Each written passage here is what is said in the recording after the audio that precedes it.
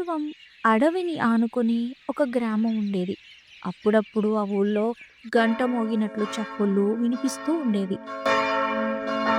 అయితే అవసలు ఎక్కడి నుంచి వస్తున్నాయో, ఎందుకు వస్తున్నాయో తెలియక గ్రామస్తులంతా భయపడుతూ ఉండేవాళ్ళు. ఇక రాత్రిళ్ళైతే మరింత వణికిపోయేవాళ్ళు. ఇది ఖచ్చితంగా దెయ్యాల పని అనుకొని చాలామందైతే ఆ గ్రామం నుంచి వెళ్ళిపోతున్నారు. మిగిలిన వారికి ఆ అడవి గుండా పరుగు ఊళ్ళకు వెళ్ళాలన్నా, కట్టెలు తెచ్చుకోవాలన్నా భయంగా ఉంటూ ఉండేది. ఆ ఊరికే చెందిన రాము తన చదువు ముగించుకొని పట్నం నుంచి ఈ మధ్య తిరిగి వచ్చాడు. మొదట గ్రామస్తుల మాటలు విని ఆశ్చర్యపోయాడు. దెయ్యాలు భూతాలు లేనే లేవు. ఈ గంట చప్పుల వెనుక ఏదో కారణం ఉండే ఉంటుంది అనుకున్నాడు. ఒకరోజు నెమ్మదిగా ఆ గంట శబ్దం వస్తున్న వైపు వెళ్ళాడు. అక్కడ కనిపించిన దృశ్యాన్ని చూసి వెంటనే అక్కడి నుంచి తిరిగి ఊరికి వెళ్ళాడు. గ్రామ పెద్దను కలిసి విషయం చెప్పాడు.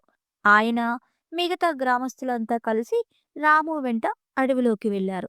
అక్కడ ఒక చెట్టు నిండా కోతులే ఉన్నాయి. ఓ కొమ్మకు గంట వేలాడుతోంది. కోతులు అటూ ఇటూ గెంతినప్పుడు, పెద్దగా గాలి వచ్చినప్పుడు ఆ గంట మోగుతుంది. ఇదంతా చూసిన ఊరి వారంతా ఒక్కసారిగా అవాక్కయ్యారు.